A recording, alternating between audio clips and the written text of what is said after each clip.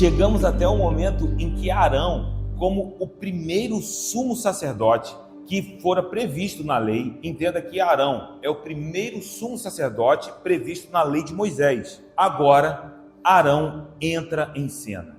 No capítulo de número 9, nós temos o dia em que Arão ofereceu os primeiros sacrifícios ao Senhor. Os primeiros holocaustos oferecidos por Arão como sumo sacerdote, as primeiras ofertas pacíficas na sua função sumo sacerdotal. Então, até então, nós vimos todas essas prescrições, mas Arão ainda não tinha entrado em cena. Vamos dizer, Arão ainda não tinha colocado as mãos na obra.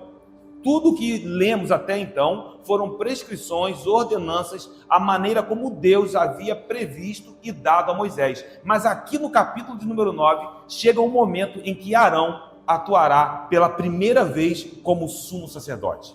Então veremos o propósito de tudo que nós lemos até então. Quando eu meditava no capítulo de número 9, eu percebi que nós chegamos aqui de uma maneira muito curiosa, porque aqui chegamos exatamente em um terço do livro. São 27 capítulos, e nós estamos no capítulo de número 9, e chegamos a uma espécie de conclusão, uma espécie de fechamento, e entenderemos o propósito de todas essas cerimônias, de todas essas prescrições, todos esses sacrifícios, todos esses detalhes. Porque tudo isso foi previsto? Porque Deus deu isso a Moisés? Qual é o objetivo? E eu queria que você estivesse atento a isso. Ao lermos esses versículos, percebemos que o objetivo de todas as cerimônias, da riqueza de variedades nos detalhes, era a aparição da glória de Deus. Até então, Deus ainda não havia revelado a sua glória, como nós estamos vendo aqui no capítulo de número 9, a todo o povo. O objetivo do Senhor era que o povo pudesse contemplar a glória. E essa visão, a visão da glória do Senhor, conduzisse o seu povo ao lugar de adoração. Sabe, ao olhar para o Novo Testamento, nós percebemos que o propósito de Deus continua o mesmo. Então nós não estamos falando de algo que está preso no Antigo Testamento. O propósito do Senhor continua o mesmo. Ele quer que eu e você vejamos a sua glória. E eu posso falar isso com toda a minha certeza, com toda a minha fé, com toda a minha convicção, porque esse foi um desejo expresso de Jesus em sua oração. Quando você abre a tua Bíblia em João, capítulo de número 17, no versículo de número 24, Jesus está na sua oração sumo sacerdotal. Veja o paralelo, porque nós estamos lendo em Levítico 9, o momento em que Arão atuará pela primeira vez como sumo sacerdote. Em João 17, os estudiosos chamam essa oração de Jesus de oração sumo sacerdotal ou oração sacerdotal. E veja que em uma oração, Jesus expressa os seus desejos, os seus anseios mais profundos. Porque de fato é o que nós fazemos no lugar de oração. Tenho certeza que quando você entra no lugar de oração, você fala para o Senhor aquilo que está no seu mais íntimo, no lugar mais profundo do seu coração. E veja o que Jesus está dizendo no lugar de oração. Pai, a minha vontade. Ele está dizendo, eu tenho um desejo. Eu quero uma coisa, Pai. E o que é? É que onde eu estou, estejam também comigo os que me deste. Mas para quê? Para que vejam a minha glória que me conferiste, porque me amaste antes da fundação do mundo. Jesus está dizendo ao Pai, eu quero que eles vejam a minha glória. Eu quero que eles conheçam, tenham uma experiência com a minha glória.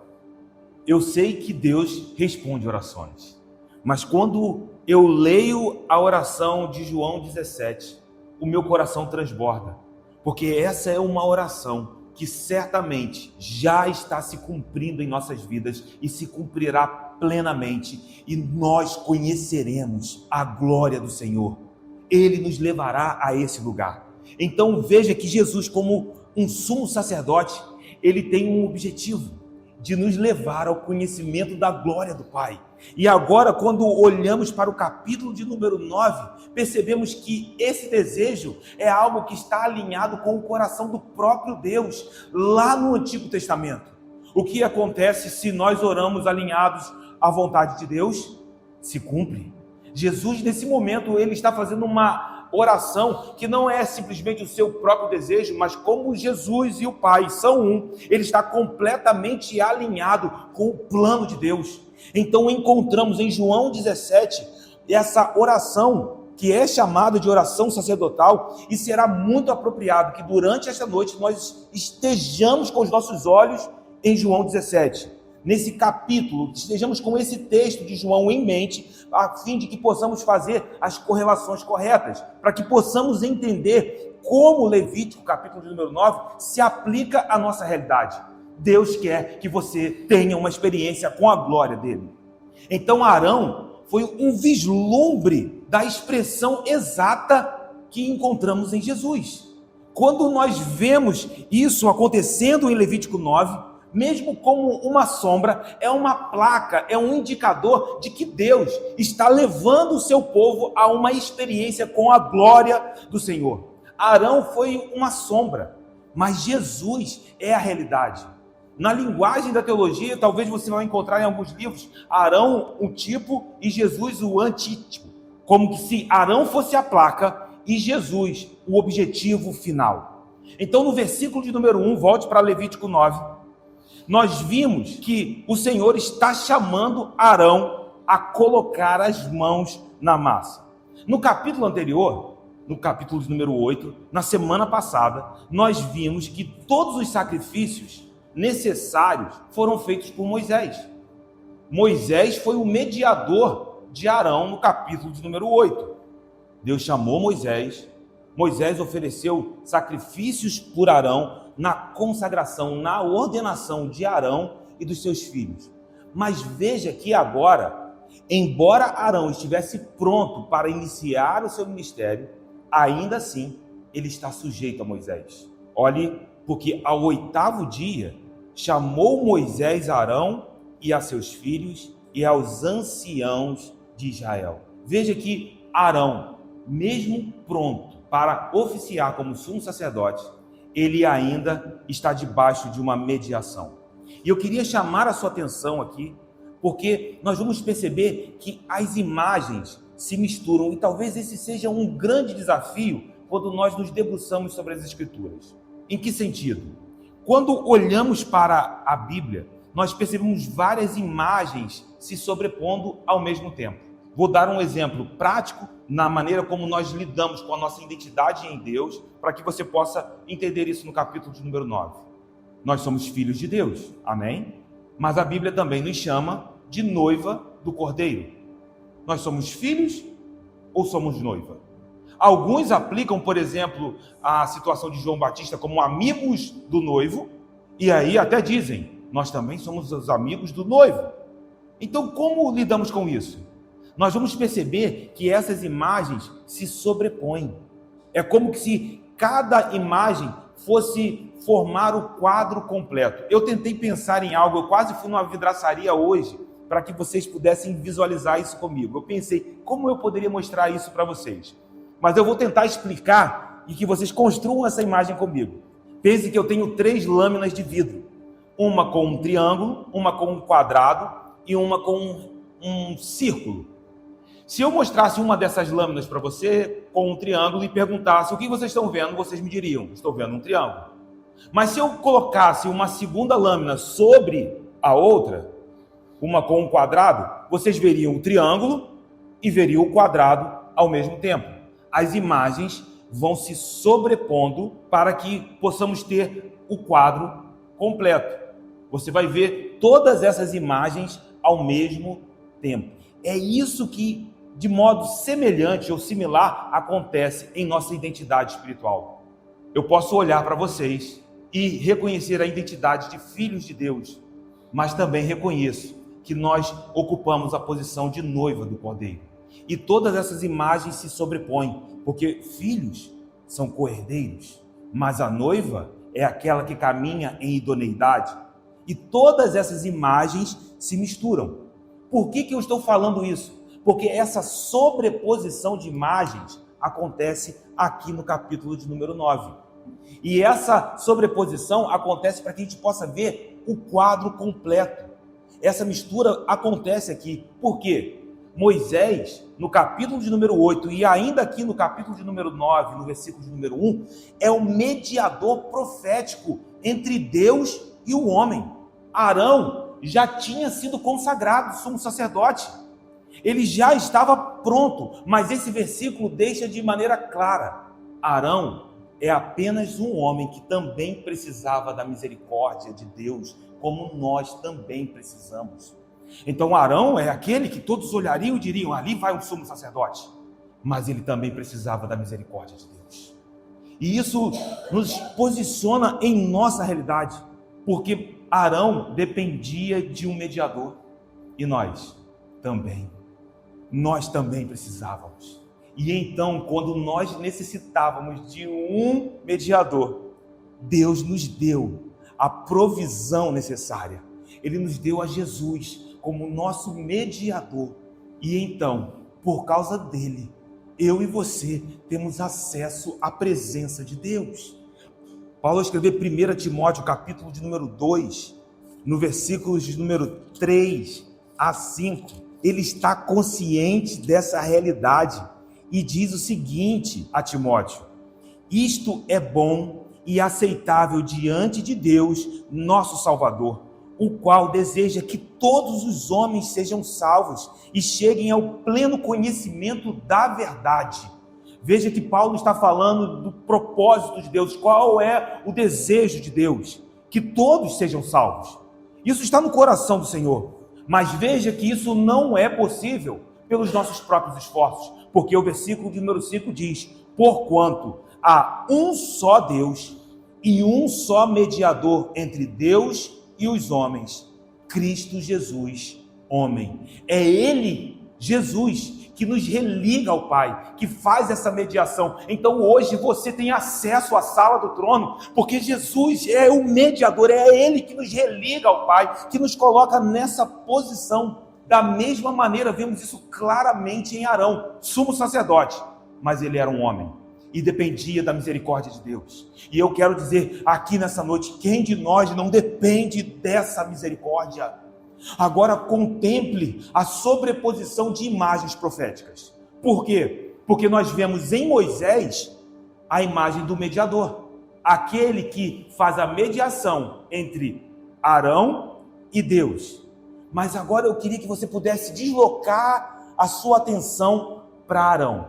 Olhe para Arão e você verá que ele é um sumo sacerdote, que não se autodesigna, ele espera o seu momento.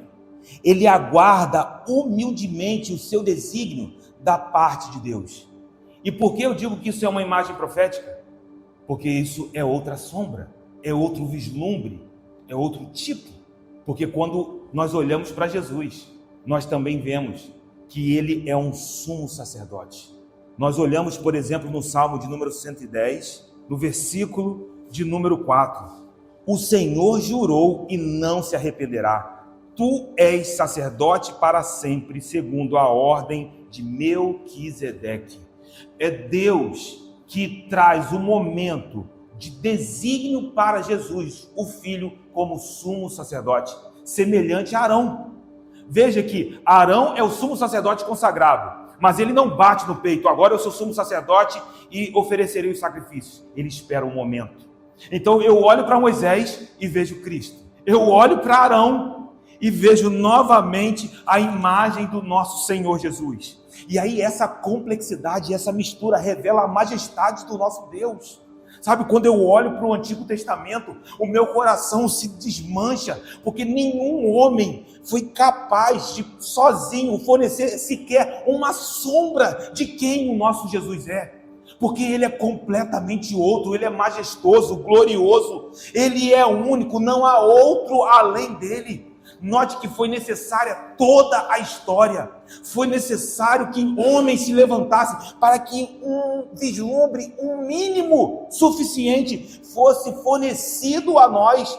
e então nos conduzisse até a realidade e a majestade de Cristo Jesus. Eu quero refletir sobre isso nessa noite e declarar em nome de Jesus: ninguém é como o nosso Senhor. Então se prepare, porque essa noite essas imagens vão se sobrepondo. Nós olhamos para Moisés e vemos ali a imagem do mediador, que é o nosso Jesus. Nós olhamos para Arão e vemos a imagem de um sumo sacerdote. E quando olhamos para o nosso Jesus, encontramos o sumo sacerdote perfeito e eterno que intercede por nós. E ele está aqui nessa noite. Essa é a realidade do versículo de número 1.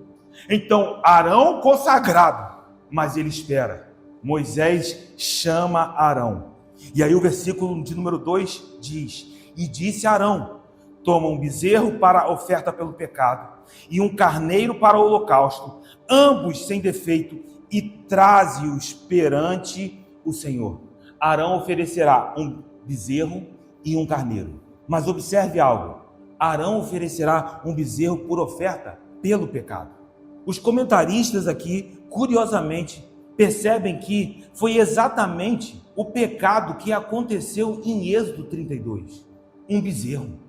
Em Êxodo 32, quando Moisés está sobre o Sinai e ele demora um pouco, o povo então chama Arão e diz: Moisés não vai voltar. Ele pede os objetos de ouro, os brincos de ouro, as joias que as mulheres trouxeram do Egito. Derrete esse ouro e fabrica um bezerro de ouro, um objeto de idolatria. Talvez aqui fosse esse o pecado que precisava ser expiado, porque foi o próprio Arão que fabricou esse bezerro de ouro. Mas não somente um bezerro, veja que também surge um carneiro que seria oferecido em holocausto.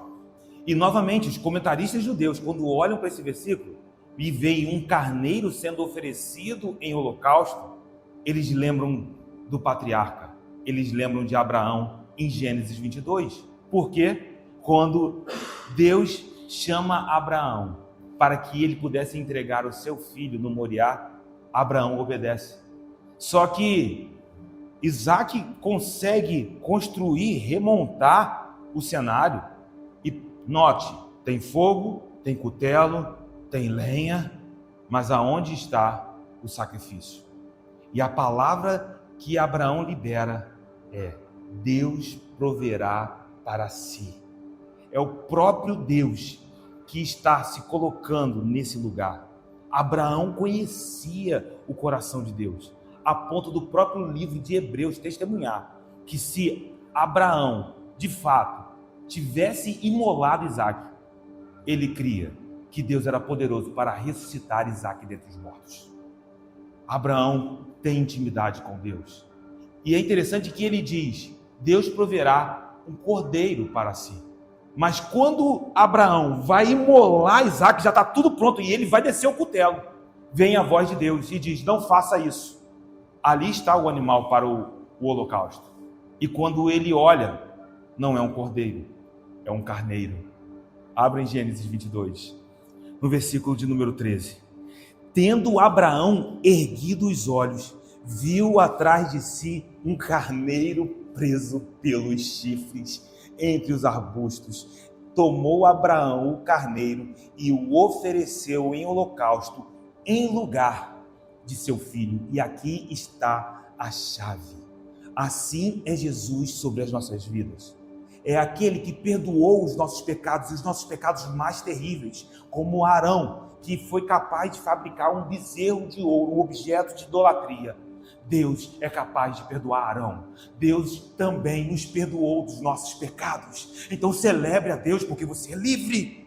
Mas não somente isso, veja que também Ele é o sacrifício que se entrega em nosso lugar. Ele entra nesse lugar de substituição. Então ele é o próprio sacrifício que se entrega. Note, as imagens se misturam, porque ele é o sumo sacerdote, mas ele também é o sacrifício. Ele é o Cordeiro de Deus que tira o pecado do mundo. É o bezerro pelo pecado e é o carneiro em holocausto. Mas eu quero dizer que algo a mais precisa ser dito aqui. Por quê? A gente está lendo o livro de Levítico em sua sequência, e isso é muito bom para a gente, porque a gente consegue perceber coisas que só saltarão na leitura e no estudo, na meditação, de acordo com o livro se apresenta. E no capítulo de número 8, nós vimos que Arão, após a consagração, ele entra em 7 dias de purificação. São 7 dias num processo de purificação. E aí, quando ele sai dali, qual é a primeira coisa que ele vai fazer? Olha, 7 dias de purificação, imagine isso, meu irmão. Você está 7 dias de jejum, separado, se purificando.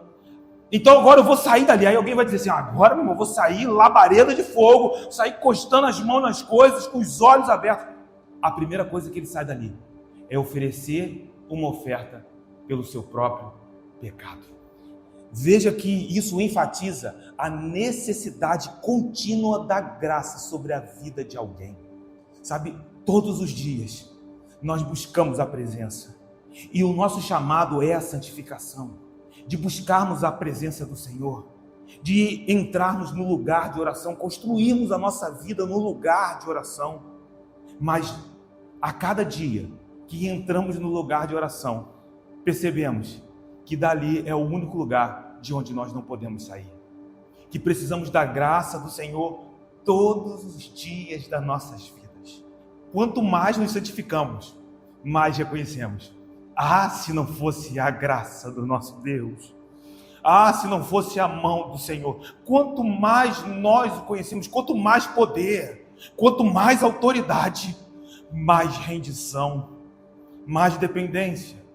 Sabe, então olhando para esse momento, imagine 7 dias de purificação. Quando Arão sai, ele reconhece: dependo da misericórdia do Senhor. Isso nos faz caminhar em novos níveis de autoridade. Sabe, em paralelo com João 17, e eu pedi que nós tivéssemos esse capítulo de João 17 em mente, nós vamos ver que Jesus não precisa oferecer sacrifícios por si mesmo, porque ele não tem pecados, mas ele ora por si.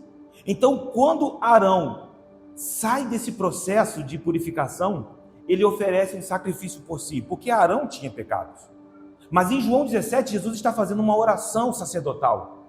E a oração do sumo sacerdote, em primeiro lugar, era por si mesmo. E o que Jesus fala nessa oração? Podemos conferir isso em João 17.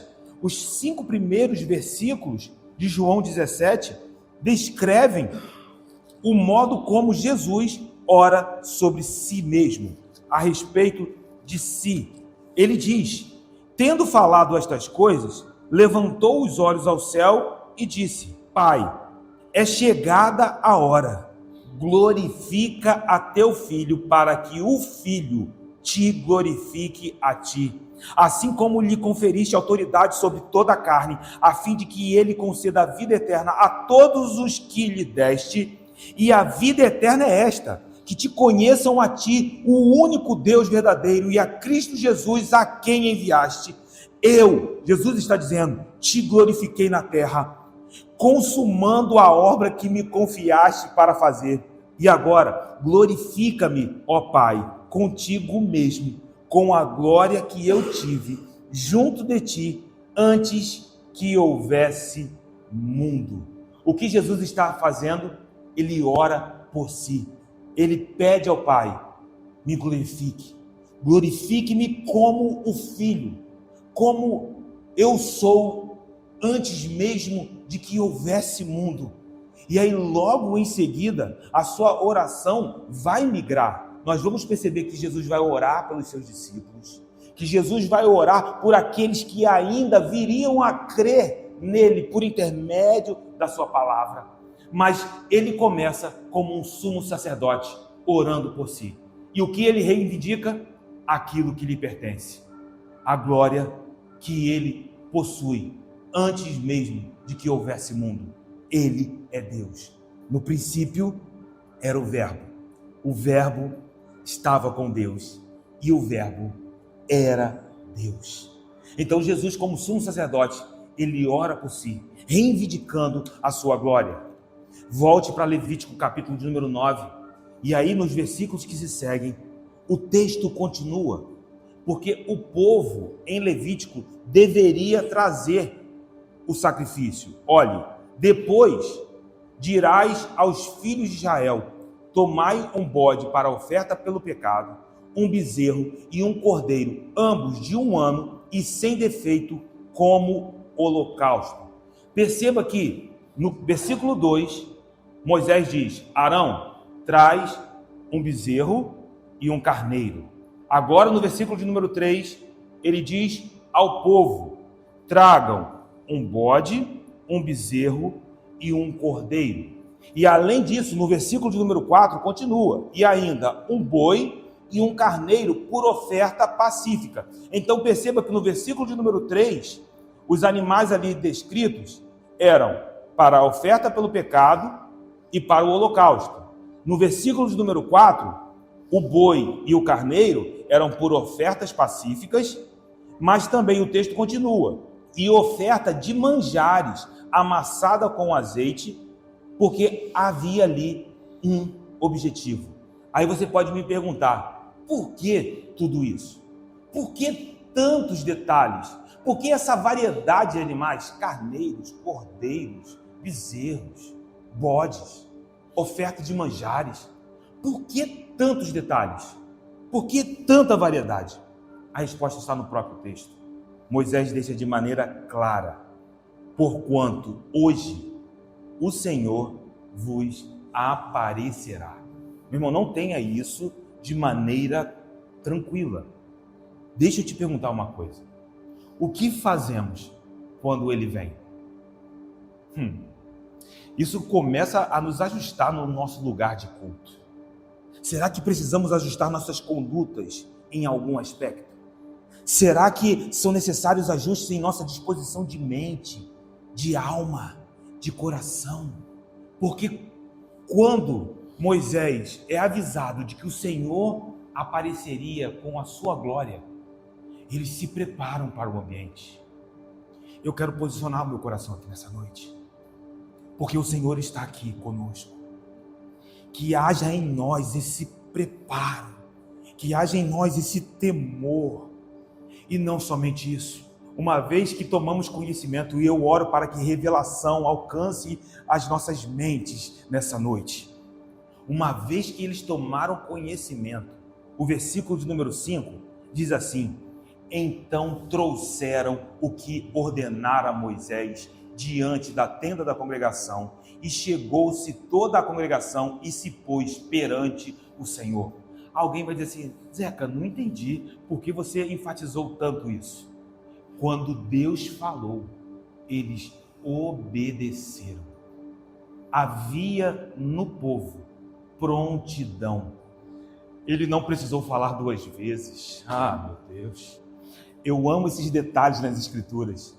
Houve prontidão naquilo que foi exigido. De igual modo, nós também precisamos estar predispostos a ouvir, e Deus está falando conosco aqui nessa noite. Mas uma vez que ouvimos a voz de Deus, também nos mover em direção àquilo que Deus apontou. Irmãos, a procrastinação é um perigo para a vida espiritual. Não devemos transferir para o outro dia ou deixar para depois aquilo que Deus está te chamando, aquilo que Deus está nos chamando para fazer hoje, aqui e agora. Isso é um perigo, sabe? Delongar-se ou postergar um chamado de Deus, aquilo que Deus já falou com você, já confirmou, e parece que a gente está adiando.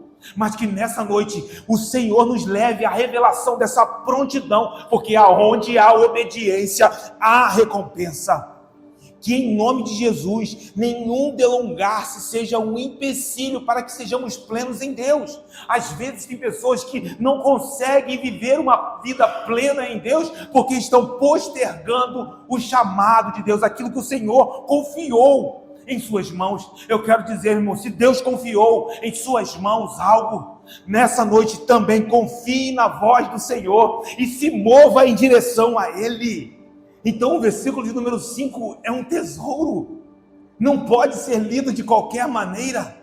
Prontidão. Deus está falando conosco, que possamos nos mover em direção à voz dEle, que possamos abraçar o nosso chamado, que isso nos conduza a uma vida de arrependimento, de transformação, de rendição a Ele. Nós conhecemos a palavra, sabe, nós caminhamos anos estudando, meditando, ouvindo a voz de Deus, provavelmente sabemos muitas coisas, mas Deus está chamando a cada um de nós para que essa palavra se torne viva em cada detalhe em nossa jornada.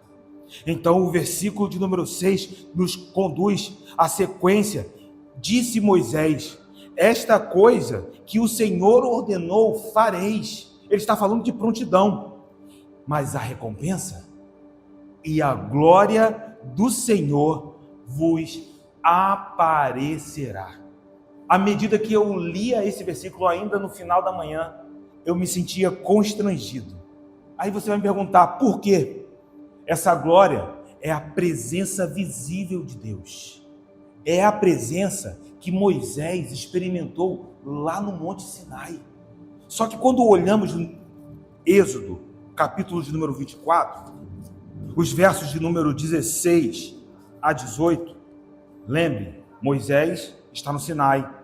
O texto diz: e a glória do Senhor pousou sobre o Monte Sinai, e a nuvem o cobriu por 6 dias.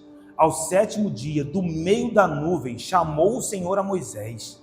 O aspecto da glória do Senhor era como um fogo consumidor no cimo do monte, aos olhos dos filhos de Israel. E Moisés, entrando pelo meio da nuvem, subiu ao monte e lá permaneceu 40 dias e 40 noites. Mas aí eu te pergunto, onde está o povo? Porque é Moisés quem sobe o Sinai. Quando olhamos para o contexto, o povo estava apavorado, o povo estava com medo de tudo aquilo que eles estavam testemunhando.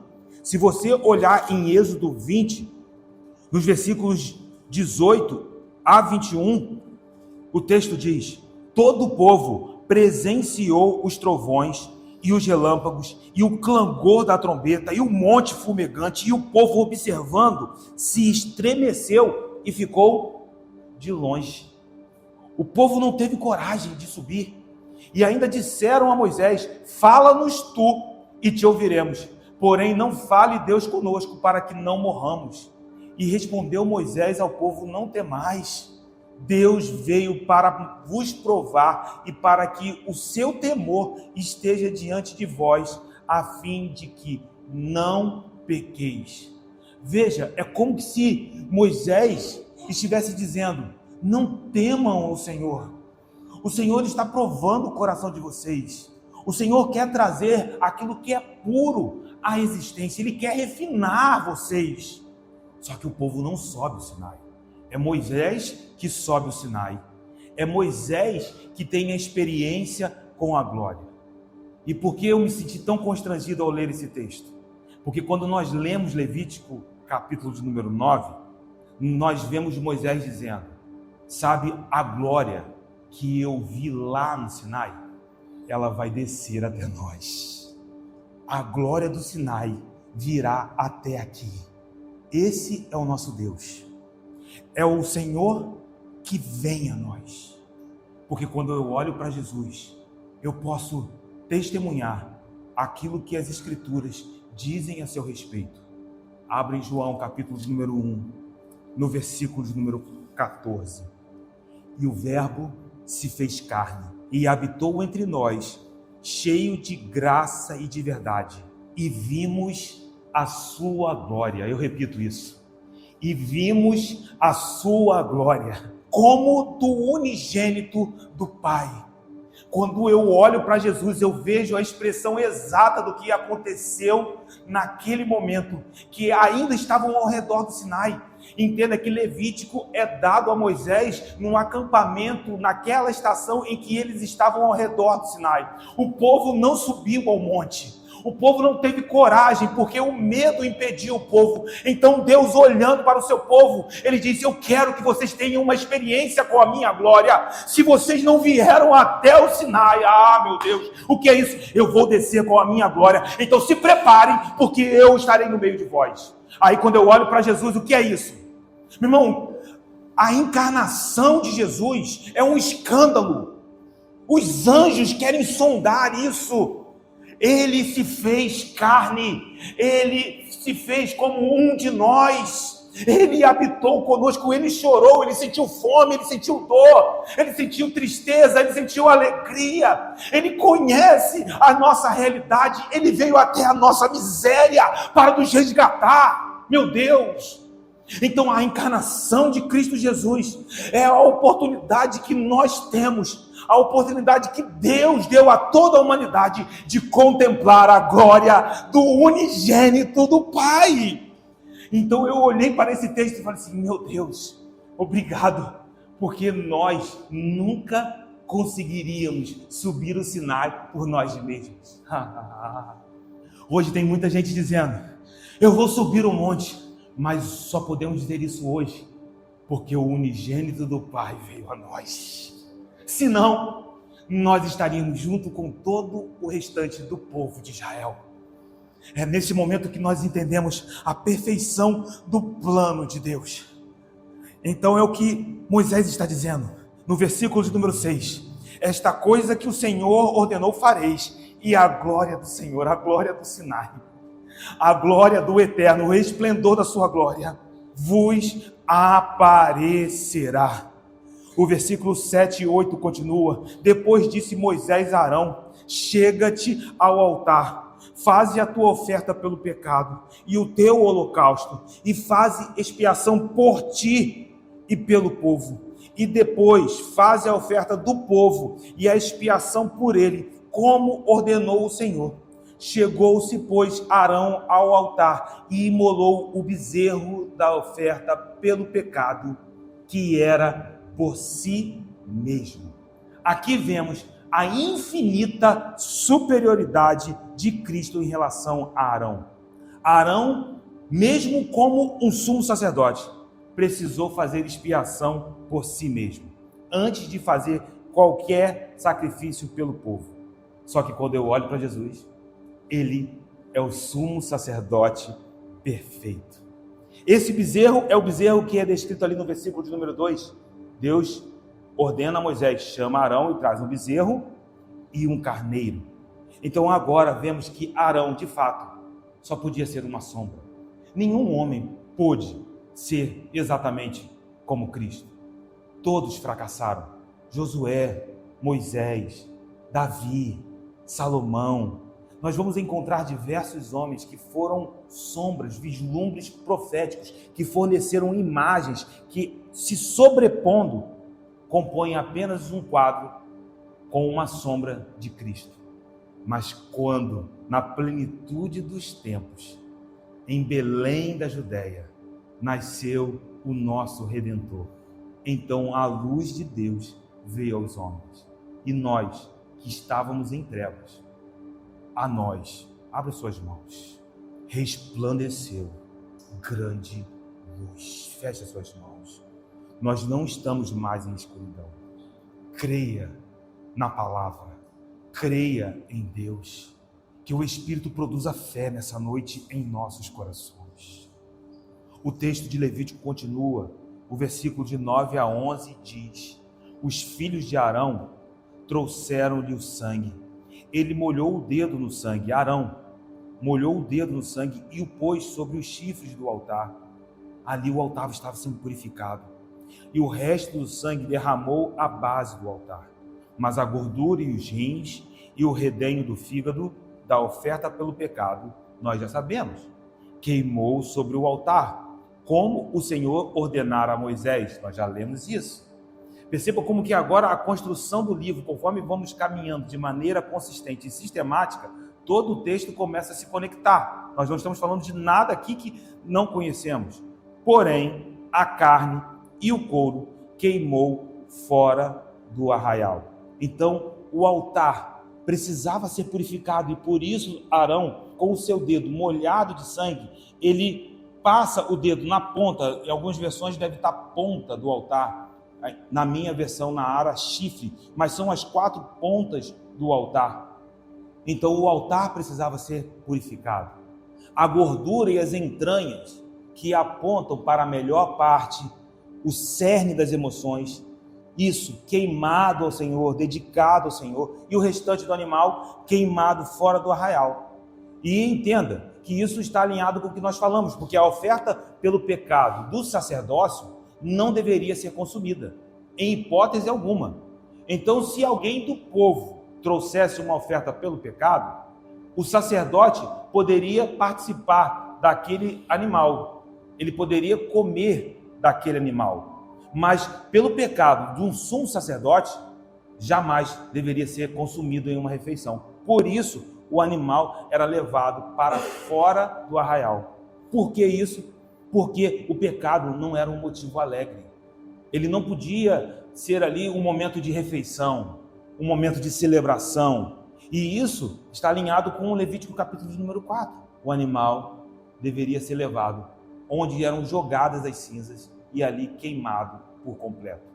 Se fosse alguém do povo, o sacerdote poderia participar de uma parte ali do animal, mas o ofertante também não poderia participar. Ele não poderia comer, porque não era uma oferta pacífica. A oferta pacífica, sim, era uma ocasião alegre de comunhão, de relacionamento com Deus. Mas aqui o animal era levado para fora.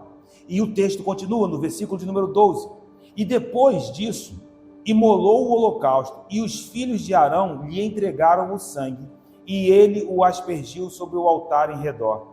Também lhe entregaram o holocausto nos seus pedaços, com a cabeça, e queimou-o sobre o altar.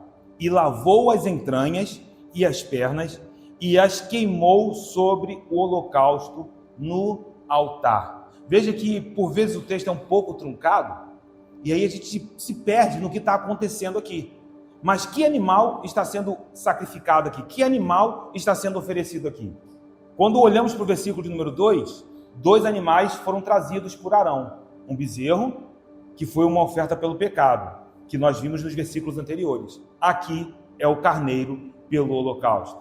E é o carneiro até pela maneira como o sacrifício é tratado. Se você olhar em Levítico 1, versículo de número 10, veja o que o texto diz.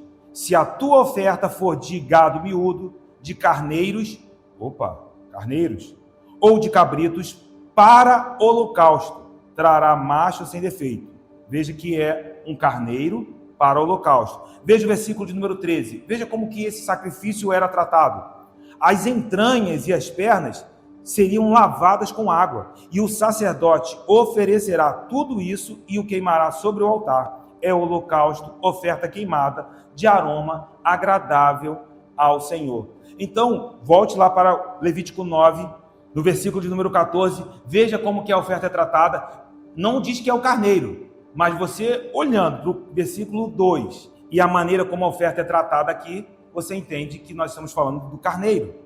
Porque lavou as entranhas e as pernas, e só assim elas foram queimadas em holocausto sobre o altar. E o holocausto é o carneiro substituto. Lembra de Gênesis 22? É o sumo sacerdote que está oferecendo um sacrifício por si, pelo sacerdócio, e em seguida ele oferecerá por todo o povo. Sabe, quando nós olhamos para Cristo, nós vemos novamente a sobreposição de imagens. Lembram das lâminas de vidro? Triângulo e quadrado? Aqui, Arão é o sumo sacerdote e ele oferece um sacrifício. Mas quando nós olhamos para Jesus, Jesus é o sumo sacerdote, mas o próprio Jesus, agora a imagem se sobrepõe. Ele é o sacrifício que nos torna aceitos diante de Deus. Então louve ao Senhor pela obra perfeita de Cristo Jesus na cruz do Calvário. Não precisamos de inúmeros sacrifícios. Nós não precisamos de mais de que diversos sacrifícios de diferentes tipos sejam feitos. Por quê? Porque apenas um único sacrifício na cruz do Calvário é completamente suficiente para nos reposicionar e sermos aceitos diante de Deus. Com os nossos olhos em João 17, Jesus não ora só por si. Se você olhar os versículos de 6 a 9 de João 17, veja o que o texto diz. Manifestei o teu nome aos homens que me deste do mundo. Eram teus, tu nos confiaste e eles têm guardado a tua palavra. Jesus está falando dos seus discípulos. Agora eles reconhecem que todas as coisas que me tens dado provém de ti, porque eu lhes tenho transmitido as palavras que me deste. Veja que Jesus não fala de si mesmo, ele fala do Pai. E eles, os discípulos, as receberam e verdadeiramente conheceram que saí de ti e creram que tu me enviaste. É por eles que eu rogo. É como se Jesus estivesse olhando agora, apontando para cada um dos seus discípulos. Não rogo pelo mundo, mas por aqueles que me deste, porque são teus. Então Jesus está olhando para os seus discípulos. E aqui temos, o cuidado, porque nós lidamos com os mistérios de Deus. Jesus diz que Deus conhece os que são seus em Cristo. Como Paulo escreve em Efésios capítulo número 1, ele nos elegeu em Cristo. O Senhor nos conhece antes da fundação do mundo. Mas uma vez que ele nos conhece, isso não te tira da responsabilidade moral de responder ao chamado de Deus. É como se Jesus estivesse dizendo assim: Pai, o Senhor os conhecia antes da fundação do mundo. Mas se você olhar em Lucas 5:11, eu não vou ler, apenas lembrá-los do texto, na pesca maravilhosa. Pedro, João, Tiago, eles precisaram deixar a rede, eles precisaram deixar os barcos e assumir uma resposta diante de Jesus. Nós te seguiremos. Que possamos hoje estar respondendo a Jesus. Deixe as redes e os barcos. Abrace o que Jesus está te chamando para viver nessa noite. Avance em direção aos planos de Deus. Se você está com João 17 aberto, olha aí o versículo 17. Jesus continua orando sobre os seus discípulos, que o texto diz: santifica-os na verdade. A tua palavra é a verdade. O verbo grego aqui é hagiazo. Esse verbo significa, basicamente, separar das coisas profanas e dedicar a Deus. O que Jesus está orando? Pai, separa-os deste mundo, das obras deste mundo. Não os tire do mundo, mas os separe, que eles sejam dedicados somente para os teus propósitos. O verbo hagiazo significa consagrar a Deus, dedicar pessoas a Deus.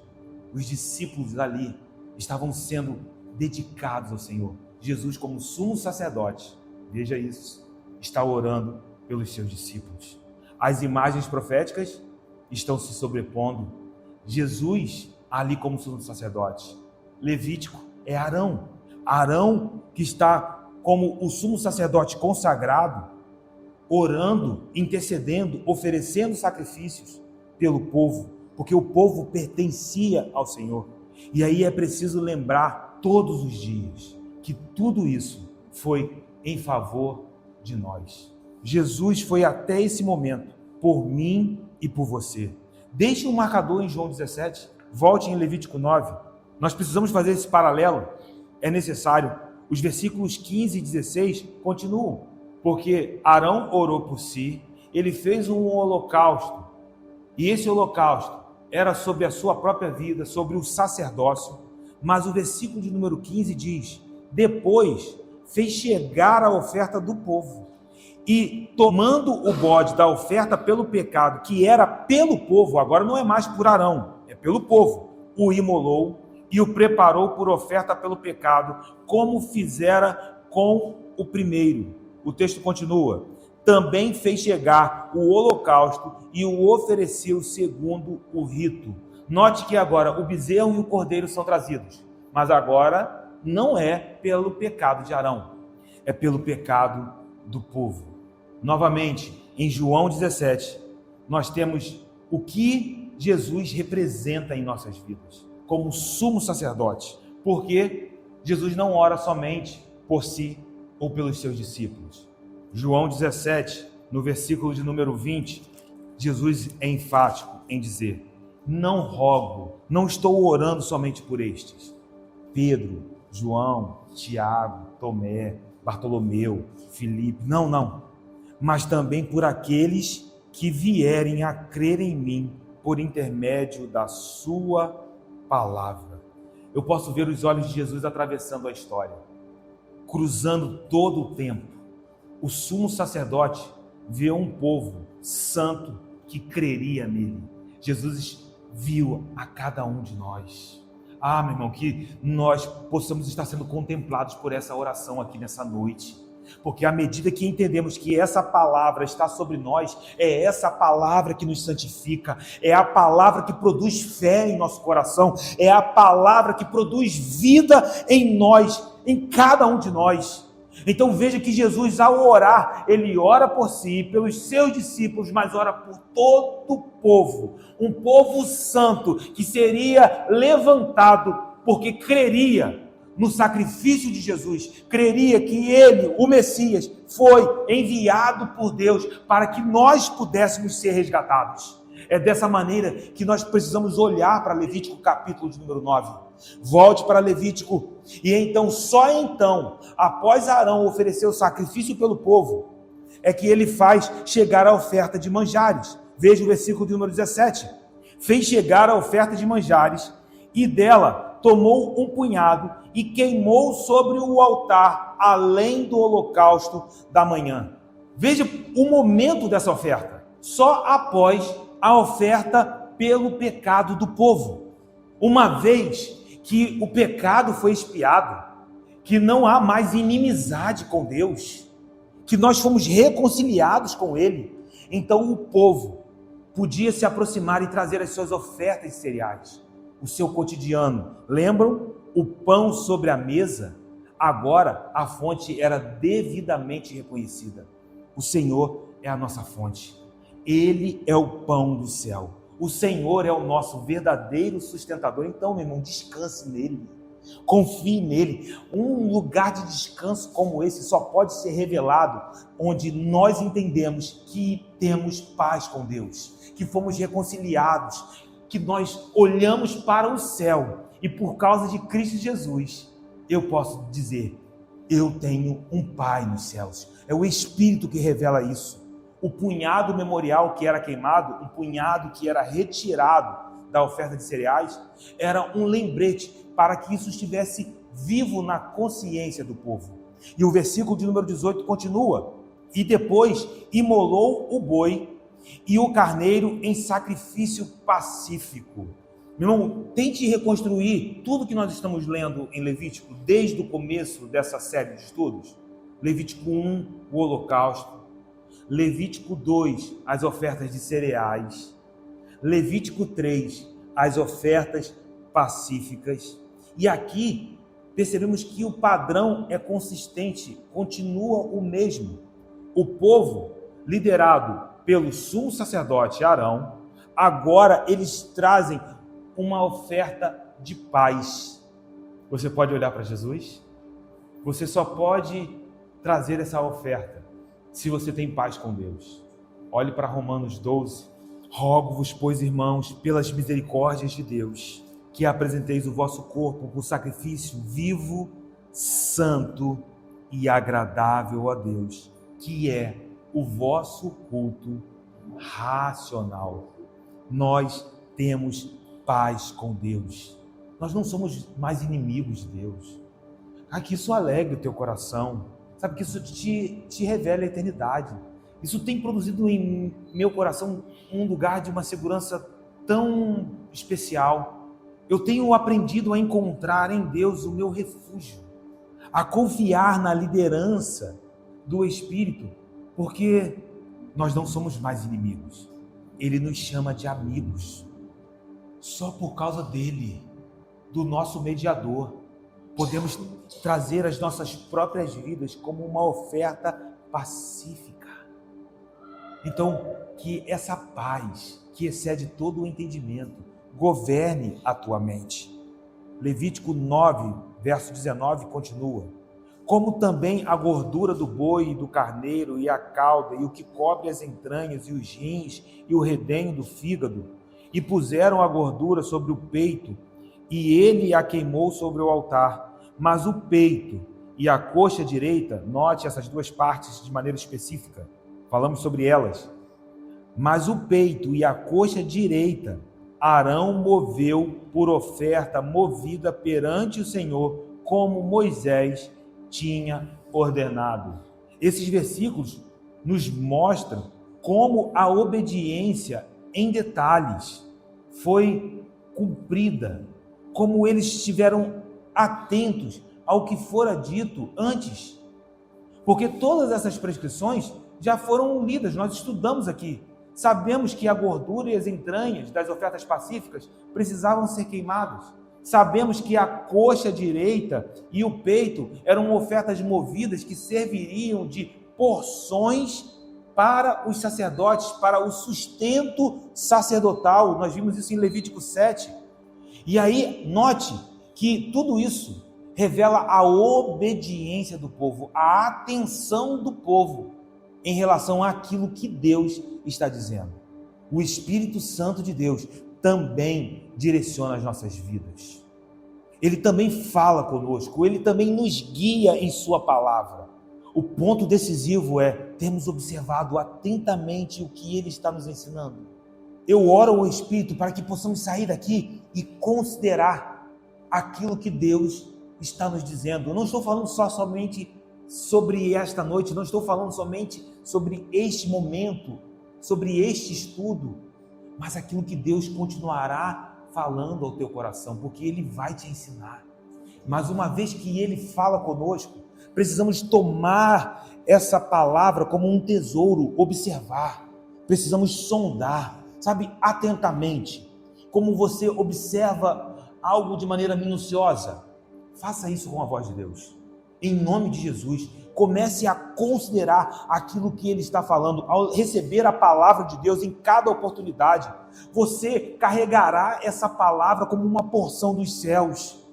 Mas em algum momento nós seremos liderados pelo Espírito para meditar nessa palavra, para sondar. Talvez no momento do seu dia, aquela palavra vai voltar ao seu coração, vai voltar à tua mente, que você possa considerar essa meditação, esse momento como um momento único, onde nós mantemos a chama do Espírito sendo alimentada com a palavra, com a intercessão, com o meditar da palavra, porque aquele que medita na lei do Senhor de dia e de noite, ele quer dizer, em todos os momentos nós estamos caminhando e considerando a nossa vida à luz da palavra, será como a árvore plantada junto ao ribeiro de águas, cujas folhagens não murcham, o fruto na estação certa, e tudo o que fizer prosperará.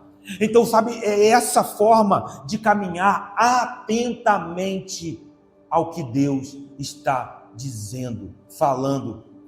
E eu pergunto a vocês, responda ao próprio Espírito, o que Deus tem falado ao seu coração por intermédio da sua palavra? O que Ele tem falado com você? Aproveite essa jornada para você sondar. Nós temos promessas de Deus. Nós temos recebido direcionamentos do Senhor. A palavra dEle e o Espírito dEle tem nos guiado. O povo atentamente observou o que Deus havia dito.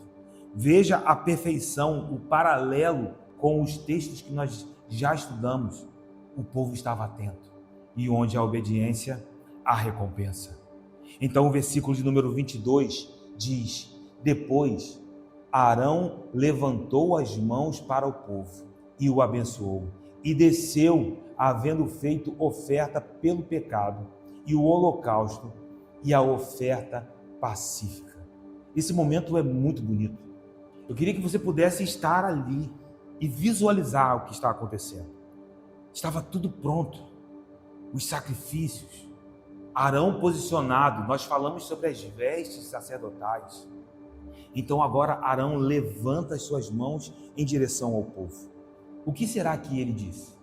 Provavelmente aqui ele liberou palavras muito conhecidas, palavras que nós encontramos na bênção aarônica, em Números 6, 23. Veja que é a primeira vez que Arão abençoou o povo. E aí em Números 6, no versículo de número 23, Arão recebe um direcionamento. Fala a Arão e aos seus filhos, dizendo: assim abençoareis os filhos de Israel. e dir-lhes-eis: o Senhor te abençoe e te guarde. Você pode ouvir Arão dizendo isso? O Senhor faça resplandecer o rosto sobre ti e tenha misericórdia de ti. O Senhor sobre ti levante o rosto e te dê a paz. Assim porão o meu nome sobre os filhos de Israel, e eu, o Senhor, os abençoareis. Veja que a bênção é do Senhor. Então, olhe para Levítico 9. Arão levanta as suas mãos e ele sabe, o Senhor é o abençoador. Só Ele pode derramar sobre nós toda boa dádiva. Tiago reconhece isso em sua epístola. O nosso Deus é o doador de toda boa dádiva, de todo dom perfeito. Que essa palavra esteja sobre as nossas vidas nessa noite. Mas não somente a bênção, mas que também te guarde. Veja que agora Arão levanta como sumo sacerdote. Ah, meu Deus, eu posso olhar para Arão como uma sombra, porque eu vejo o meu Jesus com as mãos estendidas na cruz do Calvário, e ali eu vejo o meu lugar seguro, e que o Senhor te guarde. Você tem um esconderijo à sombra do Onipotente, e que Ele faça resplandecer o rosto dele sobre ti. Sabe, é Deus dizendo: não vou esconder a minha face de vocês, eu não vou esconder a minha glória de vocês. Vocês não subiram ao Sinai, mas eu venho até vocês. Ah, meu Deus, sabe como o sol que se levanta pela manhã e vem iluminando cada parte, cada lugar, e a luz não pode ser contida, a luz não pode ser bloqueada, e ela avança. Que assim a luz do Senhor, que assim o rosto do Senhor, que assim a glória do Senhor resplandeça sobre nós. Mas Arão deixa de maneira muito clara: e também tenha misericórdia de ti, porque sempre será graça, sempre vai ser um favor. Sabe, eu, ao ler esse versículo, eu fiquei meditando na eternidade, no céu, no que conhecemos do céu, o pouco que conhecemos, e me perguntava ao Senhor: quem é digno de estar na tua presença? Quem é digno de contemplar a tua glória? Os serafins cobrem o rosto, os anciãos se prostram e lançam as suas coroas. Toda a eternidade entende que Ele é completamente outro, e ninguém é semelhante a Ele. Ninguém é digno de estar na presença dele. É Ele quem decidiu ter a eternidade ao seu redor. Paulo diz que o nosso Deus habita num lugar de luz impenetrável, inacessível, mas Ele veio a nós. Sabe, é nesse lugar onde que o meu coração é constrangido, porque sempre será misericórdia, graça, um favor. E o que me cativa é que essa misericórdia se tornou uma companheira da minha jornada, é uma companheira da nossa jornada, porque certamente bondade e misericórdia nos seguirão todos os dias das nossas vidas. Sabe, eu faço essa oração cada vez que eu vou ministrar e eu olho para o povo de Deus, eu vejo ali que a misericórdia do Senhor está nos perseguindo, ali a bondade dele é uma companheira para a nossa jornada.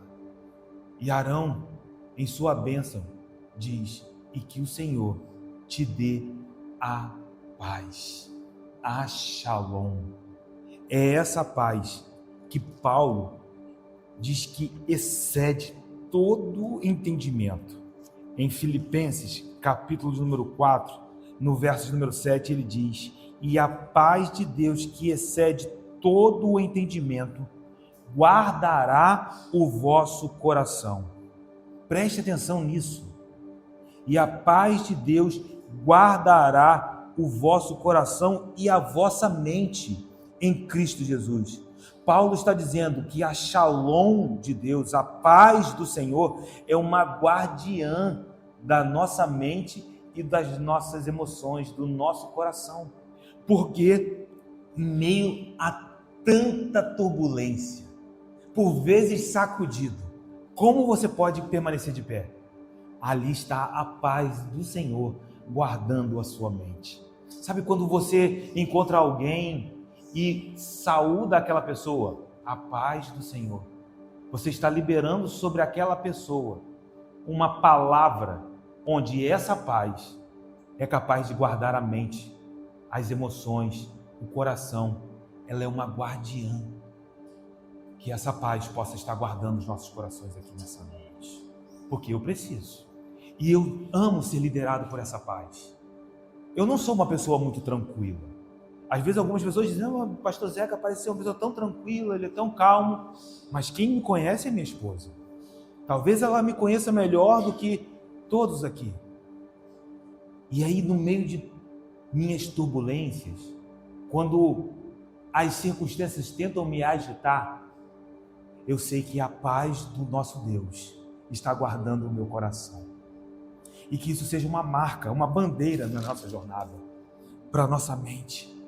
E aí, os últimos versículos do capítulo 9 de Levítico dizem, versículo 23, então entraram Moisés e Arão na tenda da congregação e saindo, eu amo isso aqui, tá?